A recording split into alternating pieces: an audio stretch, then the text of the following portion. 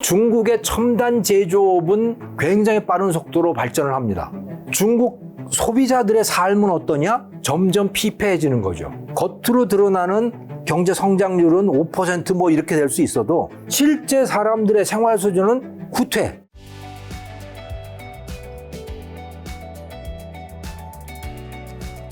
자, 궁금한 좀 마지막에 여쭤보면 삼중전의 이후 중국 경제 행로는 좀 어떻게 되려나요? 저는 크게 달라질 거 없다고 봅니다. 지금까지와. 네. 그 삼중전의 발표문을 봐도 그렇고 그 이후에 벌어지고 있는 상황을 놓고 보더라도 별로 달라진 게 없다. 그리고 달라질 수도 없다라고 봅니다. 그 중국 경제의 현재 특징은 뭐냐면 크게 두 가지인데 공동부유 또 신질 생산력이라고 하는 거입니다.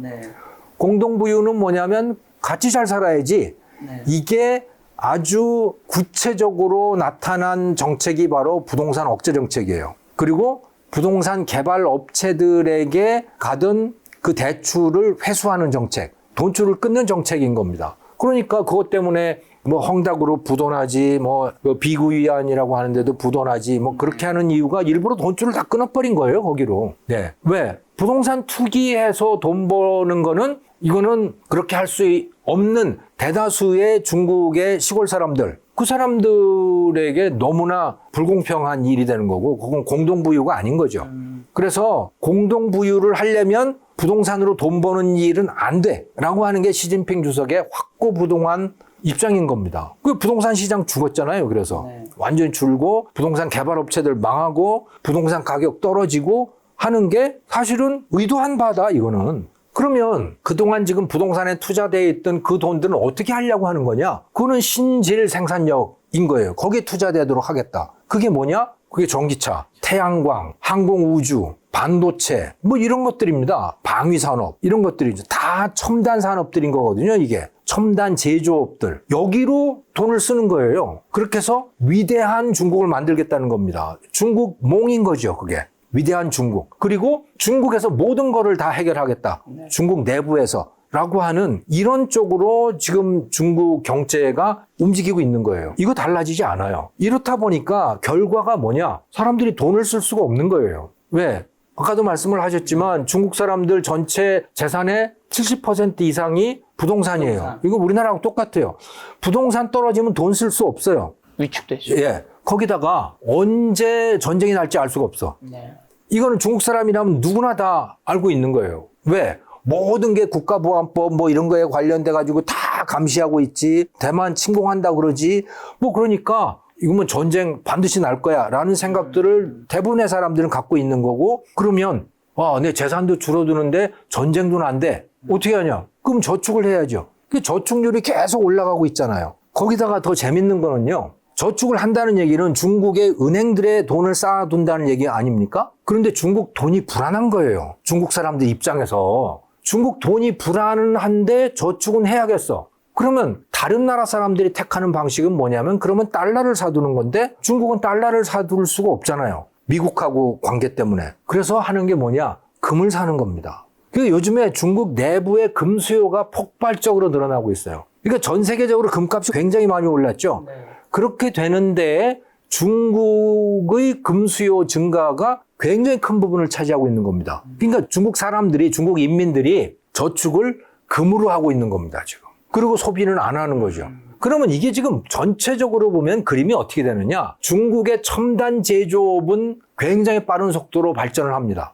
중국 소비자들의 삶은 어떠냐? 점점 피폐해지는 거죠. 그러니까 겉으로 드러나는 경제 성장률은 5% 이렇게 될 수 있어도 실제 사람들의 생활 수준은 후퇴. 이런 이상한 일들이 지금 벌어지고 있다. 그래서 중국의 생필품 소비가 급감하고 중국의 전기차는 잘 나가고 이런 현상이 같이 발생하는 건가요? 그렇죠. 그러니까 전기차 이런 것들 그야말로 밀어내기 수출을 하잖아요. 근데 그런 상황이 돼버린 것이 왜? 중국 내 소비가 줄어드니까 그 공장을 돌리긴 돌려야겠는데 어디다가 파냐 그러면 그 생필품들은 그 밖에다가 내다가 밀어내기 수출을 하는 거고, 그 중개를 하는 데가 테무, 알리익스프레스 이런 데들인 거죠. 네. 안 그래도 중국 그 말씀하신 그 테무나 알리익스프레스 커머스가 한국에 들어오고 있잖아요. 그렇죠. 이미 상당히 들어왔고, 미국에도 굉장히 많이 들어가 있고, 그렇게 되는데, 요즘에는 보니까 최근에 들어서 거기에 납품을 하던 중국 업체들이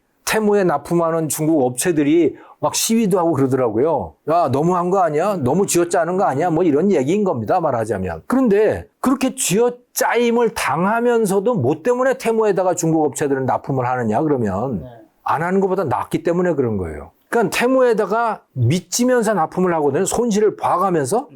손실을 보면서 납품을 하는데 납품을 안 하면 어떻게 되느냐?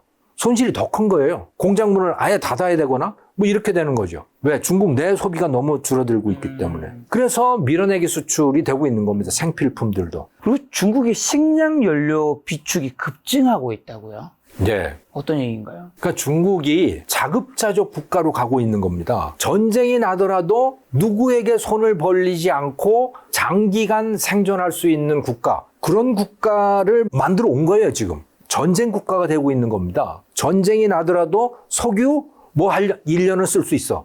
전쟁이 나더라도 식량 한 1년 먹을 수 있어. 원자재 문제 없어. 그게 다 갖다가 전쟁을 대비하는. 그렇죠. 전쟁을 대비하고 또 미국이나 이 나토 국가들의 경제 제재에 대비하고 이렇게 되는 거죠. 그래서 완전히 자급자족할 수 있는 그런 상황으로 가고 있다고 보시면 되는 거죠. 지금 한간에 중국 경제가 부활하고 있다는 얘기 하시는 분들도 꽤 많던데 해생 가능성이 있는지 교수님은 어떻게 보시나요? 부활이라고 하는 것은 첨단 제조업은 발전할 거예요. 발전한다. 네, 첨단 제조업은 발전하는데 소비재 산업은 저는 부활하기 어렵다. 왜냐하면 중국 내부의 소비가 계속해서 줄어들고 지금은 그 공장 설비가 있는 상황에서 밀어내기 수출을 하고 있는 건데 그 손실이 날 거 아닙니까? 중국의 수출 가격이 계속 떨어지고 있거든요. 그 손실이 나고 있는 상황에서 그럼 계속 투자가 이루어지느냐? 못하죠. 그럼 감가상각이 계속 될 거고 그 중국의 소비재 산업들은 계속 위축이 될 수밖에 없다. 그렇게 봐요. 그리고 그거를 중국의 지도부 공산당이 그거를 돌릴 생각이 있느냐? 그런 생각은 없는 거죠, 기본적으로. 왜? 소비에 의해서 발전하는 방식. 이거는 타락한 자본주의 방식인 거예요, 그들에게는. 자본주의는 경제성장이라고 하는 게 소비를 위해서 이루어지는 거거든요. 잘 먹고 잘 살라고. 그렇죠. 근데 여기는 그게 아닌 거예요, 지금 중국은. 완전히 다른 방향으로 가고 있는 겁니다. 네. 첨단 산업을 일으키기 위해서 가는 거고, 그 첨단 산업은 그 무엇을 위한 것이냐? 그게 소비를 위한 것이냐? 아니에요. 정확히 뭐 때문인지는 몰라요. 아무튼 위대한 중국을 위한 것이죠. 중국몽? 네. 자, 미중 갈등 앞으로 계속될 텐데 앞으로는 미국이 중국을 어떻게 무너뜨릴까요? 관세겠죠. 일단 첫 번째는 당연히. 관세로 하려고 할 것이고요. 네.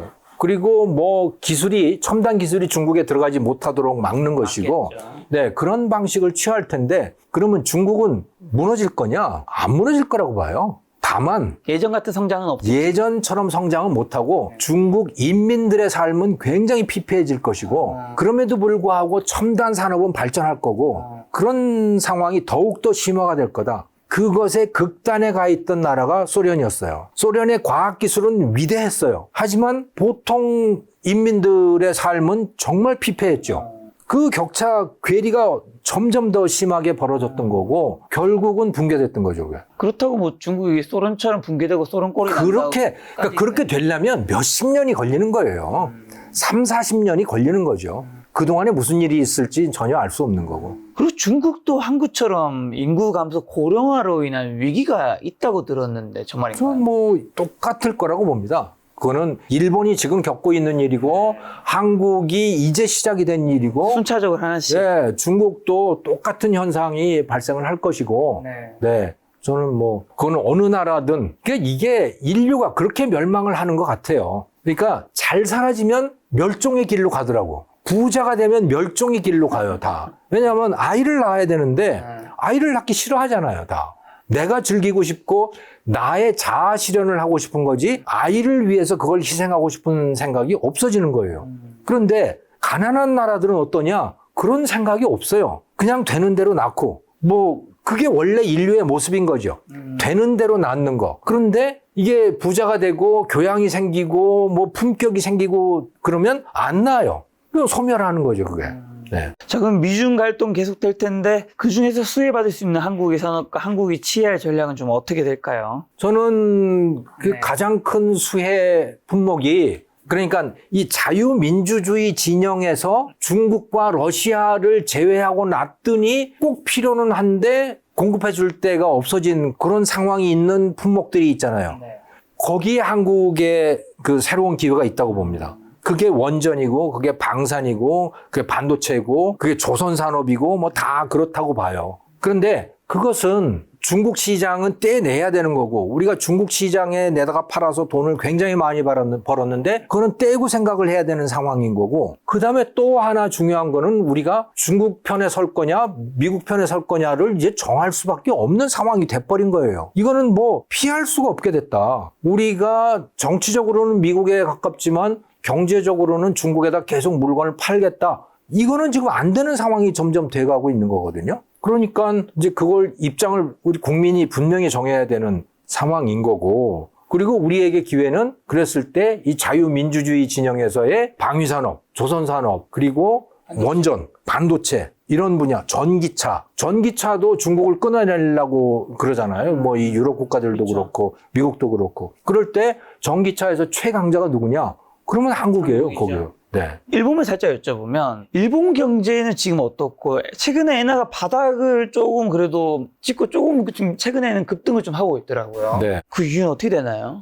엔화가 올라가는 이유는 그 일본의 중앙은행이 금리를 높일 것 같다. 또 그들이 갖고 있는 외환 보유고를 동원을 해서 엔화를 사들이고 달러를 팔고 하는 이런 그 시장 개입을 상당히 하고 있는 것 같다.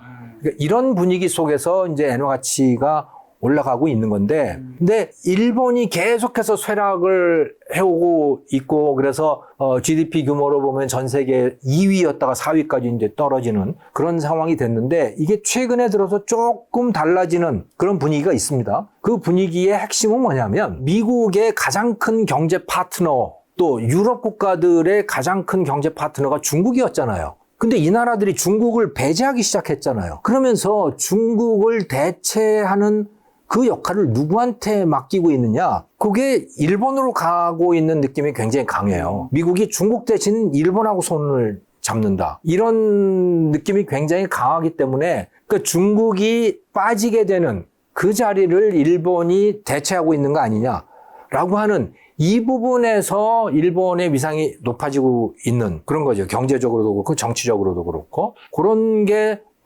상당히 작용을 하고 있는데 저는 뭐 그렇게 큰 요인이라고 생각지 않습니다. 왜냐하면 일본 내부의 동력이 그렇게 크지는 않아요. 그러려면 일본 사람이 바뀌어야 되거든요. 일본 사람들의 일하는 태도, 일본 사람들의 비즈니스하는 태도가 바뀌어야 되는데 그거 안 바뀝니다. 안 바뀌어요. 여전히 폐쇄적이고 그런 면에서 보면 한국 사람들은 굉장히 개방적으로 지금 가고 있는 거거든요. 해외여행도 많이 가고 뭐 밖에 나가서 돈을 많이 쓰고 있지만 그러면서 우리가 굉장히 많이 배우고 있는데 일본 사람들은 없어요. 밖에 나가보면.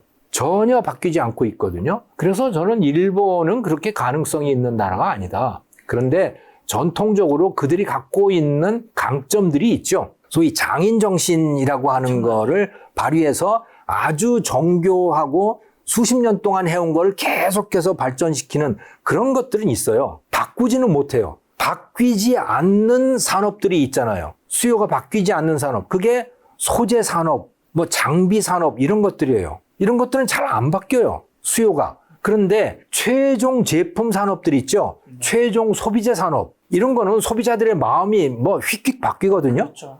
이거는 일본이 다 망한 거예요. 왜? 스스로 바꾸질 못하기 때문에. 그런데 최종 소비가 잘 안 바뀌는 산업들, 그거는 일본이 여전히 강점을 갖고 있다. 저는 그렇게 봅니다. 자, 혹전 일본이 잃어버린 30년 탈출했다는 분들도 있는데 진짜 그런지라 만약 아니라면 일본 경제 여전히 회복 불가능한 이유는 뭘까요?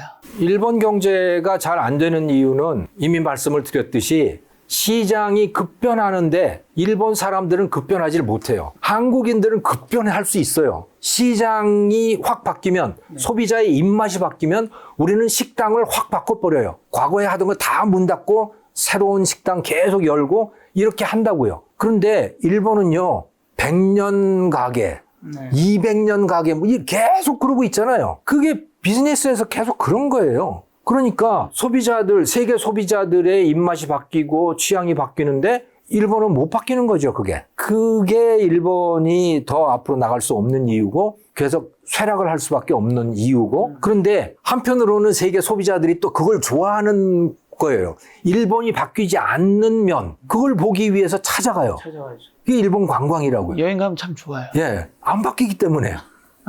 안 바뀌기 때문에 그걸 또 좋아하는 거예요. 그러니까 산업으로서는 망했는데 관광으로서는 사람들이 그걸 또 좋아하니까 한편으로는. 그걸로는 지금 흥하고 있는 거죠. 근데 그게 전체 GDP에 차지하는 비중은 그렇게 높지 않은 거죠. 혹자는 한국이 잃어버린 일본의 30년 닮아갈 수 있다는 얘기하는 분들도 있는데 교수님은 한국은 다르기 때문에 그렇게 보시지 않으시겠네요, 그러면. 일본처럼 갈 거라고 보지는 않아요. 한국은 굉장히 적극적인 사람들이고 개방적이에요. 일본보다는 훨씬 개방적이고 그리고 망하는 꼴을 가만히 앉아서 당하고 있지 않고 시장의 변화에 따라서 우리는 아주 급격하게 바뀔 수 있는 사람들이고 그리고 근데 더 적극적으로 변해야 된다 이제.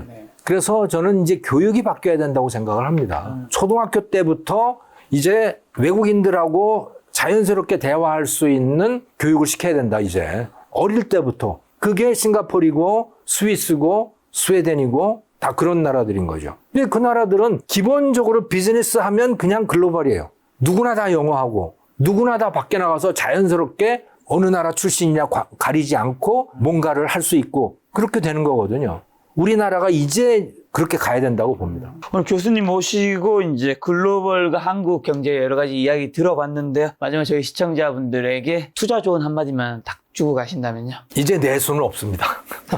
내수는 쪼그라들 수밖에 없습니다. 우리가 전통적으로 생각해왔던 그런 내수는 없다라고 생각을 하시고 모든 것을 글로벌한 관점에서 이제 바라보셔야 되고 그래서 뉴스를 보시더라도 글로벌 관점에서 뉴스를 바라보시고 투자를 할 때도 그렇게 하시고 식당 하나를 열 때도 그렇게 하셔야 된다. 내 식당에 어떤 외국인들이 찾아올 수 있을까를 생각해서 이제 비즈니스를 하셔야 된다. 저는 그렇게 봅니다. 교수님도 개인 유튜브 채널 하고 계시지 않나요? 한번 예. 홍보하고 가신다면.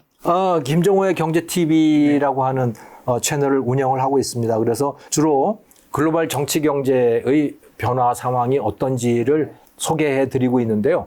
네, 많이 찾아와서 시청해 주시면 감사하겠습니다. 알겠습니다. 교수님과는 이제 8월 달에 또 배웠으니까 올해 연말에 네. 2025년을 좀 전망하는 시간 한번 가져보도록 하겠습니다. 네, 오늘 트럼프 네. 대통령 선거 당선 되고 이후에 나서 하면 되겠네요. 과연 되었는가 궁금하네요. 오늘 만난 여사님은 김정호 교수님이었습니다. 지금까지 소중한 시간 함께 해주셔서 정말 감사합니다. 오늘도 김 작가였습니다. 고생 많으셨습니다. 네, 감사합니다.